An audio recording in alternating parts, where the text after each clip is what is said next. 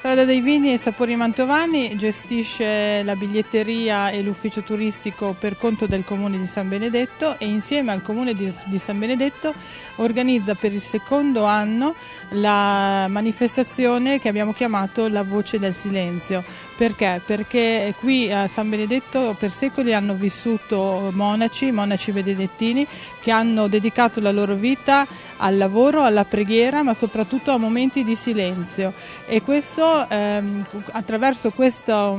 evento vogliamo ricreare proprio quello che poteva essere l'atmosfera che si viveva all'interno di un monastero. Partendo dalla basilica siamo poi passati nel chiostro di San Simeone, che era l'unico chiostro che non era aperto ai civili, e all'interno del chiostro di San Simeone abbiamo trovato 3 momenti essenziali della vita di un monaco: la sua cella, che era un momento di preghiera ma anche un momento di lavoro, la cucina, perché mangiavano in una maniera particolare, soprattutto legumi, patate,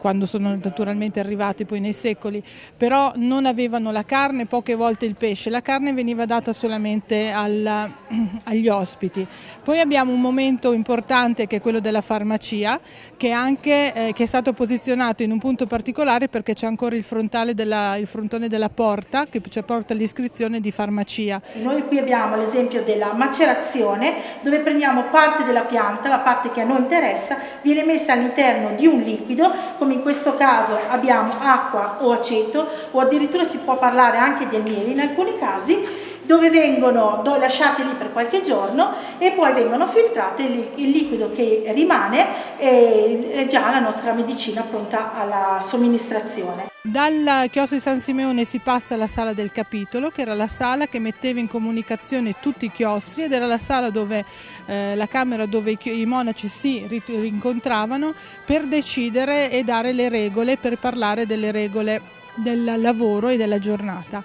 Dallo scalone del Barberini si scende poi nel chiostro dei Secolari, che era il chiostro dove i monaci accoglievano i pellegrini. Era l'unico punto del monastero dove i civili potevano convivere con i monaci, e qui avevano la prima accoglienza, per cui qua nel chiostro dei Secolari abbiamo creato il momento di buffet, chiamiamolo così, ma di ristoro per i nostri pellegrini che ci sono venuti a trovare numerosissimi in queste 2 giornate di manifestazione.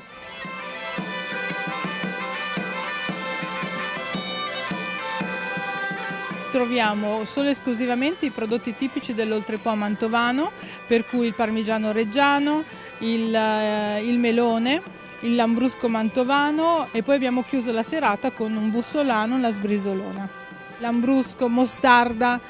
formaggio sono i classici esempi di come si può conservare il cibo, e questo grazie ai monaci è arrivato a noi come grande tradizione che adesso ci contraddistingue nel mondo, direi.